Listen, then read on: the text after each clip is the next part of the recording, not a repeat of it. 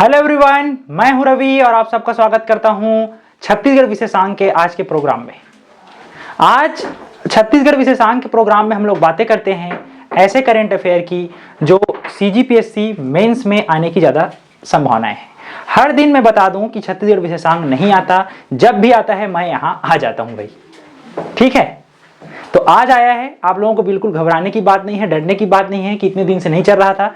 आज आया है तो आज आ गया हूं। वैसे घटना कल की है, लेकिन कल मैं रिकॉर्डिंग चला रहा था और हाल ही में क्या हुआ कि कुछ इशू के कारण से मुझे बंद करना पड़ा, तो आज मैं आप लोगों को ये दे रहा हूं, ठीक है। तो बने रहिए वीडियो में, करते हैं स्टार्ट। सबसे पहली खबर है कि राज्य में 5 नए शासकीय मेडिकल कॉलेज की स्थापना को स्वीकृति मिली है।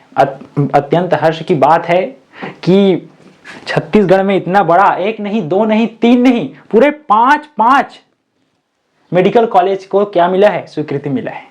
तो देखते हैं वो 5 जगह कौन कौन से हैं। पहला है गीदम दंतेवाड़ा, दूसरा है मनेन्द्रगढ़, तीसरा है कबीरधाम और चौथा है आपका कुनकुरी जसपुर वाला और जांजगीर चांपा। इतने जगह में गीदम के बारे में आप लोग याद रखेंगे।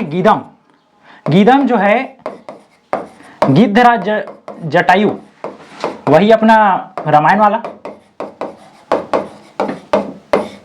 रामायण काल का। तो क्या है, इसी गिद्धराज जटायु के नाम पे ही गीदम का नाम पड़ा है। आप गीदम गिद्ध से रिलेट कर पा रहे होंगे। गिधवा जी, गिधवा मतलब छत्तीसगढ़ी में गिधवा बोलते हैं उसको, ठीक है। आप लोग स्पेशली, मैं भाषा का उपयोग इसलिए कर रहा हूं क्योंकि आप लोग जान पाए, क्योंकि छत्तीसगढ़ी भाषा का भी आपको नॉलेज होना चाहिए, ठीक है। तो बीच बीच में मैं बोलता रहूंगा, ठीक। और अपनी भाषा, अपनी संस्कृति से सबको प्यार होना चाहिए, वैसे मुझे भी है। तो स्वास्थ्य सेवाओं में सुदृढ़ करने के लिए एक बड़ा कदम देखने को मिला है। यहाँ पे बातें करते हैं। हाँ, सबसे पहले आप देख लीजिए, सबसे पहले पंडित जवाहरलाल नेहरू स्मृति चिकित्सा महाविद्यालय रायपुर में 1963 में खोला गया था, ठीक है। मेडिकल कॉलेज की बात करें तो 1963 में खोला गया था। वे तब की बातें हैं जब हमारा छत्तीसगढ़ मध्य प्रदेश का हिस्सा था, उस समय खोला गया था 1963 में। फिर जब छत्तीसगढ़ राज्य का क्या हुआ, स्थापना हुई, तब फिर कॉलेज के ऊपर कॉलेज खुले। उन कॉलेज को मैंने डिटेल्स दे रखा है, मैं पढ़ देता हूं एक बार।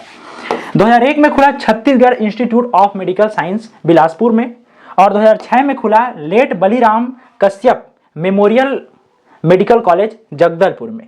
2013 में 2 कॉलेजेस खुले, चंदूलाल चंद्राकर शासकीय medical college Durg, late Lakhiram Agrawal शासकीय मेडिकल कॉलेज रायगढ़, और 2014 में आया आपका अटल बिहारी वाजपेयी शासकीय मेडिकल कॉलेज राजनांदगांव।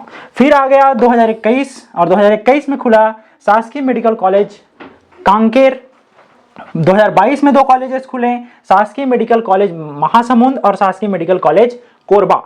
वहीं 2026 में गीदम, कुनकुरी, मनेन्द्रगढ़, जांजगीर चांपा और कबीरधाम जिले को क्या मिला है, स्वीकृति मिला है। मेंस के अनुसार से अब बात करते हैं। मेंस के अनुसार से हम लोग करते हैं विश्लेषण, ठीक। तो आज भी विश्लेषण करेंगे और सिलेबस को मैं बता देता हूं। पेपर नंबर 5 के खंड 1 में इसके आने की संभावना है। छत्तीसगढ़ की अर्थव्यवस्था, सामाजिक क्षेत्र, शिक्षा एवं स्वास्थ्य, बुनियादी ढांचा का ये क्या है, मुद्दा है, ये आने की संभावना है, ठीक है। सिलेबस की बात करें तो सबसे पहले देखते हैं कि बहुआयामी महत्व, इस योजना से क्या होगा, संभावित लाभ क्या होंगे। क्योंकि योजना बोल रहा हूं, ये जब खुलेगा मेडिकल कॉलेज तो इनको, क्षेत्र को, छत्तीसगढ़ को क्या क्या लाभ होगा, संभावित लाभ, क्योंकि अभी खुला तो नहीं है। क्या क्या लाभ होंगे उसके बारे में हम लोग चर्चा करते हैं। सबसे पहले होगा चिकित्सा, शिक्षा एवं मानव संसाधन विकास की वृद्धि, मानव संसाधन विकास होगा। साथ ही साथ तृतीय स्वास्थ्य सेवाओं का विकेंद्रीकरण होगा और जनजातीय एवं दूरस्थ क्षेत्रों का क्या होगा, सशक्तिकरण होगा। क्योंकि ऐसे क्षेत्रों में भी क्या किया गया है, जांजगीर चांपा ऐसे क्षेत्र हैं जहां जंगली क्षेत्र हैं, वहां पे जनजातीय क्षेत्रों में क्या होगा, स्वास्थ्य सेवाएं आसानी से उपलब्ध हो पाएंगी। इससे क्या होगा, जब मेडिकल कॉलेजेस बनेंगे तो आसपास में क्या होगा, दुकानें लगेंगे, रोजगार के अवसर आएंगे, साथ ही साथ वहां पे मेडिसिन के लिए क्या लगेगा, मेडिकल लगेंगे। तो इससे क्या होगा, और साथ ही साथ जाने के लिए, आवागमन के लिए अच्छी सड़कें वहां पे निर्मित की जाएंगी। इससे क्या होगा, क्षेत्रीय आर्थिक विकास को भी बढ़ावा मिलेगा। साथ ही साथ अनुसंधान एवं चिकित्सा नवाचार, अनुसंधान एवं चिकित्सकीय नवाचार को क्या मिलेगा, प्रोत्साहन मिलेगा। एक एक को समझते हैं, चलिए। चिकित्सा शिक्षा एवं मानव संसाधन विकास कैसे होगा, इसको समझ लीजिए। एमबीबीएस सीटों में उल्लेखनीय वृद्धि होगी, लगभग 50 सीटों की बात की गई है यहाँ पे। और अगर नीट का पेपर लीक नहीं होता तो आप लोग भी एमबीबीएस बन सकते हैं, उसमें कोई बात नहीं है ना। तो उल्लेखनीय वृद्धि होगी जिससे, और साथ ही साथ स्थानीय विद्यार्थियों को राज्य में ही क्या मिल जाएगा, चिकित्सा के अधिक अवसर प्राप्त होंगे। राज्य में ही, छत्तीसगढ़ में, मध्य प्रदेश बन गया है भाई, ऐसा छत्तीसगढ़ है ना। तो छत्तीसगढ़ में ही आप लोगों को क्या मिल जाएगा, अच्छी खासी शिक्षाएं मिल जाएंगी, मेडिकल कॉलेज मिल जाएगा, बाहर जाने की जरूरत नहीं है। इससे क्या होगा, जब लोग पढ़ेंगे, लोगों को अच्छी शिक्षा मिलेंगी, तो विशेषज्ञ डॉक्टरों की क्या होगी, इस क्षेत्र में, छत्तीसगढ़ के क्षेत्र में बढ़ोतरी होगी, ओतप्रोत बढ़ोतरी होगी। डॉक्टर पॉपुलेशन रेशियो में सुधार आएगा। एक डॉक्टर के पीछे कितने मरीज आ सकते हैं, लगभग 20 मरीजों को मान लो जाए एक डॉक्टर हैंडल कर सकता है, उदाहरण के लिए मैं दूं। लेकिन उसके पास है 45 मरीज, 46 मरीज। अब मेंटली प्रेशर है किसको, डॉक्टर को, और इलाज वो कर नहीं पा रहा है, जल्दी इलाज कर रहा है, बोल दे रहा है दांत वाला मरीज आ गया, वो बोल रहा है आपका दांत ही तोड़ना पड़ेगा, ढंग से देख भी नहीं पाया है। ऐसी परेशानियां हो रही हैं। तो क्या होगा, जब डॉक्टर ज्यादा होंगे तो मरीज, निश्चित मात्रा में मरीज जो होंगे वे लोग, उन लोगों का इलाज ढंग से हो पाएगा। मतलब एक डॉक्टर में 20 मरीज, तो 20 का इलाज वो प्रॉपर ढंग से कर पाएंगे। अभी 45-46 है तो करने में थोड़ी सी उनको कठिनाइयां महसूस हो रही है। अब जब डॉक्टरों की बढ़ोतरी होगी, डॉक्टर पॉपुलेशन रेशियो सुधरेगा, तो क्या होगा, भविष्य में स्वास्थ्य सेवाएं क्या होगी, गुणवत्तापूर्ण और मजबूत होंगी। ठीक, आगे बढ़ते हैं फिर। तृतीयक स्वास्थ्य सेवाओं का विकेंद्रीकरण। तृतीयक स्वास्थ्य सेवाओं से आशय है कि उच्च स्तर की, उच्च स्तरीय चिकित्सा से है। ठीक, इसका तात्पर्य है उच्च स्तरीय चिकित्सा से। बस्तर एवं सरगुजा के मरीजों की रायपुर एवं अन्य महानगरों में निर्भरता कम होगी। कई लोग क्या करते हैं, ऐसे नगरों पे, स्पेशली रायपुर की बात करें, राजधानी की बात करें, तो वहीं पे ऐसे मेडिकल कॉलेजेस हैं, चिकित्सा के केंद्र हैं, और आसपास के इलाकों में, क्षेत्रीय इलाकों में नहीं है। तो दूर जाने के लिए क्या करना पड़ता है, मरीजों को ले जाने के लिए, जैसे अपने संबंधी या अपने परिवार के लोग बीमार पड़ गए तो उनको ले जाने के लिए हमको किराया करना पड़ता है, गाड़ियां किराया करनी पड़ती है। तो इससे आर्थिक बचत भी होगी, साथ ही साथ क्या होगी, निर्भरता कम होगी, अपने ही क्षेत्र में क्या हो मिल पाएगा, चिकित्सा, क्षेत्रीय चिकित्सा को क्या मिलेगा, बढ़ावा मिलेगा। गंभीर रोगों का उपचार क्या हो पाएगा, स्थानीय स्तर पर ही संभव हो पाएगा। दूर जाने की जरूरत नहीं है, आप अपने स्थानीय स्तर पे ही क्या कर लो, इलाज करा लो। समय एवं आर्थिक लागत दोनों में कमी आएगी। दूर जाने के लिए आप क्या करते हैं, किराया करते हैं, गाड़ी किराया करते हैं। अपने स्वपरिवार को क्या हो गया, अपने परिवारजनों को वो हो गया, क्या बोलते हैं उसको, कुछ रोग हो गया या कुछ इलाज करवाना है, तो कहाँ जाना पड़ता है, आप गाड़ी किराया करते हो। तो ऐसे में आपको आर्थिक बर्बादी होती है, तो आर्थिक लागत में भी कमी आएगी, साथ ही साथ समय भी बचेगा आपका, और इलाज अच्छे से हो पाएगा। आपातकालीन स्वास्थ्य सेवाओं की क्या होगी, उपलब्धता बेहतर हो पाएगी। अब जनजाति एवं दूरस्थ क्षेत्रों का क्या होगा, सशक्तिकरण होगा। कैसे होगा, गीदम एवं कुनकुरी जैसे आदिवासी क्षेत्र आधुनिक स्वास्थ्य सुविधाओं को क्या कर पाएंगे, प्राप्त कर पाएंगे, जिससे क्या होगा, मातृ एवं शिशु मृत्यु दर में क्या होगी, कमी आने की संभावना है। और सबकी मृत्यु दर में कमी होगी, मातृ मृत्यु दर में नहीं। लोग जल्दी पहुंच पाएंगे तो फिर कम मृत्यु होगी, क्योंकि भाई समय कम होता है लोगों के पास में, मर जाते हैं, लंबा ट्रेवल करके जाएंगे, तो ऐसे में जल्दी हो जाएगा तो बच जाएंगे। तो मातृ मृत्यु दर और शिशु मृत्यु दर में भी कमी होगी। डिलीवरी जो है आसपास के अस्पताल में ही, मेडिकल कॉलेज में ही हो पाएंगी। साथ ही साथ कुपोषण एवं संक्रमण रोगों के उपचार में सुधार होगा। लोग जागरूक करेंगे कि भाई ऐसा पोषण आहार दिया जाए बच्चों को, जिससे क्या हो, कुपोषण दूर होगा, पोषण मिलेगा बच्चों को। ऐसी मतलब योजनाएं चलाई जाएंगी या फिर जानकारियां दी जाएंगी, ठीक है। तो इससे कुपोषण के स्तरों में सुधार आएगा और कुछ भी कुपोषित जो बच्चे हैं वे उनका भी इलाज इस स्थानीय स्तर पर क्या हो पाएगा, संभव हो पाएगा। स्वास्थ्य सेवाओं की क्षेत्रीय समानता असमानता कम होगी। जो क्षेत्रीय लोगों को जो सुविधाएं नहीं मिलती वो सुविधाएं अब मिलेंगी, यही कह रहा है बस। क्षेत्रीय आर्थिक विकास होगा। कैसे होगा?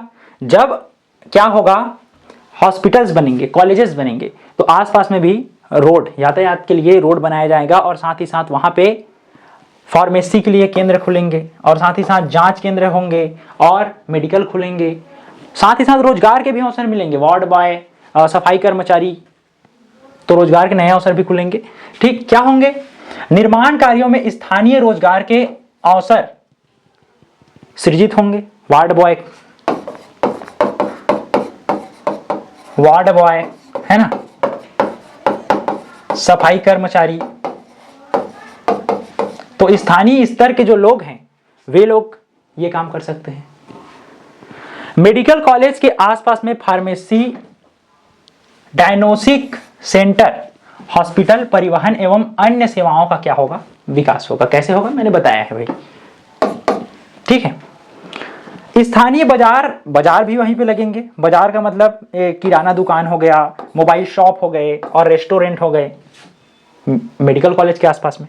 तो स्थानीय बाजार एवं सेवा क्षेत्र में क्या होगा, बढ़ावा मिलेगा। दीर्घकाल में नए शहरीकरण, और बहुत समय जब हो जाएगा ऐसे बढ़ावा मिलते मिलते बुनियादी ढांचा का जब विकास होगा तो क्या होगा, शहरीकरण होगा। तो इसी को बोल रहे हैं कि दीर्घकाल में नए शहरी विकास केंद्र क्या होंगे, विकसित होंगे, यानी जो रूरल एरिया है उनका भी क्या होगा, विकास देखने को मिलेगा। अनुसंधान एवं चिकित्सा नवाचार सेम है। स्थानीय रोगों पर शोध को बढ़ावा मिलेगा, बीमारी की पहचान और उपचार में प्रगति होगी। क्या होता है कि स्थानीय स्तर के जो लोग हैं वो किसी कारणवश, किसी पानी में भी कुछ ऐसे तत्व आ जाते हैं स्थानीय स्तर के उस क्षेत्र के, तो ऐसी बीमारियां हो जाती हैं जिन बीमारियों का इलाज थोड़ा सा मुश्किल होता है और बाकी क्षेत्र के लोगों को नहीं हुआ होता वो बीमारी। तो उसको लेकर के क्या होगा, शोध होगा, और शोध करके लोग उन बीमारियों के बारे में पता लगाएंगे और बीमारियों को क्या किया जाएगा, जड़ सहित खत्म किया जाएगा। ठीक, जनजातीय स्वास्थ्य एवं पारंपरिक औषधीय ज्ञान पर अनुसंधान संभव होगा, यानी कि जो जनजातीय लोग अपने हिसाब से जो औषधियों का ज्ञान रखते हैं उनका और हमारे जो नॉलेज है, हमें जो आधुनिक क्या है चिकित्सकीय नॉलेज है, उनका दोनों का समन्वय मिलेगा। यानी कि प्राचीन ज्ञान का आधुनिक चिकित्सा में क्या होगा, एकीकरण होगा, समन्वय होगा। चिकित्सा अनुसंधान के नए अवसर विकसित होंगे, अभिनव तकनीकों और दवाइयों की खोज होगी। ऐसे में जब समन्वय होगा तो क्या होगा, नए अवसर मिलेंगे, नई अभिनव तकनीकें खोज होंगी, नई दवाइयों का भी खोज हो सकता है। प्रमुख चुनौतियां, अब बात करेंगे, इतना सारा मैंने बता दिया आप लोगों को, तो इसकी चुनौती क्या है, समस्याएं क्या है इस योजना में, योजना बोल रहा हूं, इस मेडिकल कॉलेज की स्थापना को लेकर के देखते हैं। फैकल्टी एवं विशेषज्ञ डॉक्टरों की कमी है, और ऐसे डॉक्टरों को आप रूरल एरिया में या फिर जनजाति क्षेत्रों में, वन्य क्षेत्रों में जहां इंटरनेट की सुविधा नहीं, बिजली की सुविधा नहीं, वहां कैसे भेजोगे, क्या वो लोग जाएंगे, एक समस्या है। वित्तीय भार, क्या इतना ज्यादा खर्च करके बन पाएगा, साथ ही साथ 5 जगहों में बनाना है, ये एक समस्या है। और समयबद्ध निर्माण, क्या समय के अनुसार इनका निर्माण हो पाएगा, ये समस्या। और गुणवत्तापूर्ण सेवाएं, स्वास्थ्य सेवाएं उपलब्ध हो पाएंगी, और इतने जगहों पे उपलब्ध कराना है, रूरल एरिया में उपलब्ध कराना है, जनजातीय क्षेत्रों में उपलब्ध कराना है, तो ये एक बड़ी समस्या है। एक एक को समझते हैं। फैकल्टी एवं विशेषज्ञ डॉक्टरों की कमी, दूरस्थ क्षेत्रों में विशेषज्ञ चिकित्सकों को आकर्षण करना कठिन है। ऐसे क्षेत्रों में आप स्पेशल डॉक्टर को लेके जा रहे हैं जहां पे बिजली नहीं है, इंटरनेट नहीं है, वो कैसे रहेगा, और जहां पे अच्छी शिक्षा भी नहीं है उसके बच्चे पढ़ेंगे कैसे? वो नहीं जाएगा। ऐसी चीजों को देख कर ही जाते हैं, आप भी नहीं जाएंगे, है ना? तो वो भी नहीं जाएगा, ये एक समस्या है। साथ ही साथ योग्य शिक्षकों की नियुक्ति एवं स्थायित्व एक बड़ी चुनौती। शिक्षकों की, योग्य शिक्षकों की नियुक्ति करना है पढ़ाने के लिए, और वहां पे उनको क्या देना होगा? मकान देने होंगे अच्छे खासे, वे लोग रहेंगे। वही मैंने बताया, बिजली, पानी और इंटरनेट की समस्या, स्कूल की समस्या, उनके बच्चे पढ़ेंगे वहां पे, उनकी शिक्षा को क्या होगा? असर पड़ेगा, तो ये लोग जाना नहीं चाहेंगे। इनकी स्थायित्व को लेकर के बड़ी चुनौती है। साथ ही साथ सुपर स्पेशलिटी विशेषज्ञों की उपलब्धता सीमित है, और ऐसे में आप लोग 5-5 जगह में ऐसे विशेषज्ञों को कैसे भेजेंगे, कैसे मैनेजमेंट करेंगे, ये एक समस्या है। ठीक है, इनको आपने समझ लिया। अब चलते हैं वित्तीय भार। वित्तीय भार है कि पूंजीगत व्यय भवन, अस्पताल, लैब एवं उपकरण पर भारी पूंजी लागत व्यय होता है। अच्छे खासे टेक्नोलॉजी, एक्सरे मशीन है और भी बहुत से ऐसे मशीनरी है, उनको सिर्फ बना देने से, हॉस्पिटल बन जाने से हर सुविधाएं उपलब्ध नहीं होती, तो ये एक समस्या है। इनको उपलब्ध कराने की समस्या, भारी पूंजी लागत है, और 5-5 जगह बनाना है भी है मेडिकल कॉलेज, ये एक समस्या है। साथ ही साथ संचालन और रख रखाव, संचालन एवं रख रखाव में निरंतर लागत बनी रहती है। कोई मशीन खराब हो गया तो उसको ले जाने के लिए, ठीक करवाने के लिए, और वहां पे क्या है, कई जो इलाके हैं, जो दूरस्थ इलाके हैं, वन्य इलाके हैं, उन इलाकों में क्या है, ऐसे पार्ट की क्या है, कमी है, मशीनी पार्ट की कमी है,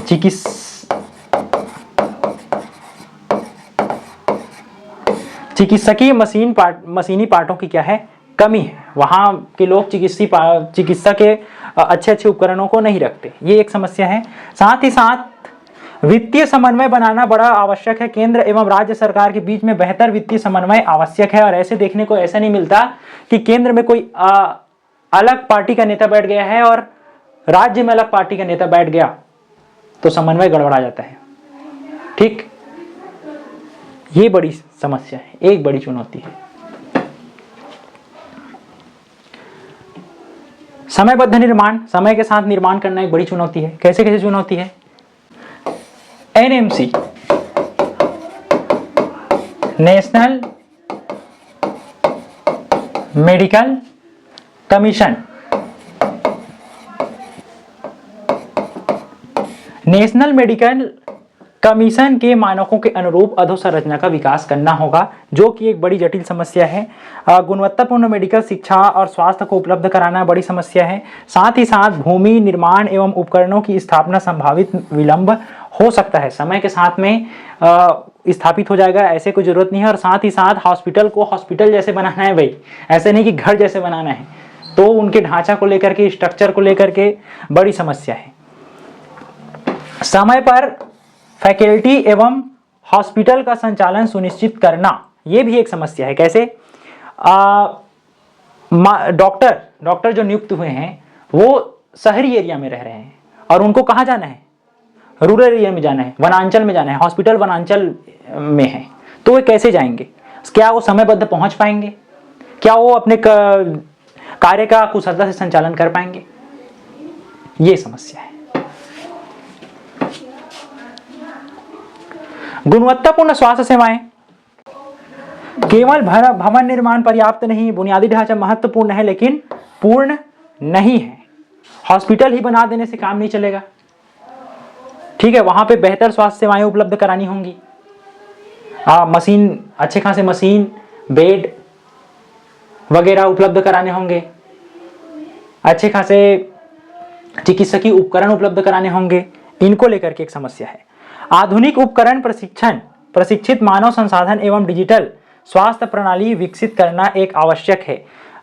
पहले तो ट्रेनिंग देना आवश्यक है कि क्या करेंगे, आधुनिक उपकरणों को कैसे संचालित करेंगे, इनको लेकर के क्या देना अत्यंत आवश्यक है, प्रशिक्षण देना अत्यंत आवश्यक है। और ऐसे में प्रशिक्षकों की टीम आप ऐसे अंचलों में कैसे भेजेंगे, ये समस्या है। नियमित गुणवत्ता मूल्यांकन एवं मान्यता बनाए रखना होगा। नियमित रूप से कार्य संचालित हो रहा है कि नहीं हो रहा है, हॉस्पिटल संचालित हो रहा है नहीं, मेडिकल कॉलेज संचालित होना नहीं, इसको लेकर के विशेषज्ञ जाने चाहिए, देखने के लिए जाने चाहिए, अधिकारी जाने चाहिए। क्या वे लोग जाएंगे और इनके जांच के लिए अलग से विभाग की आवश्यकता नहीं पड़ेगी? एक समस्या है, थोड़ा सा ये भी एक बड़ी समस्या है। ठीक।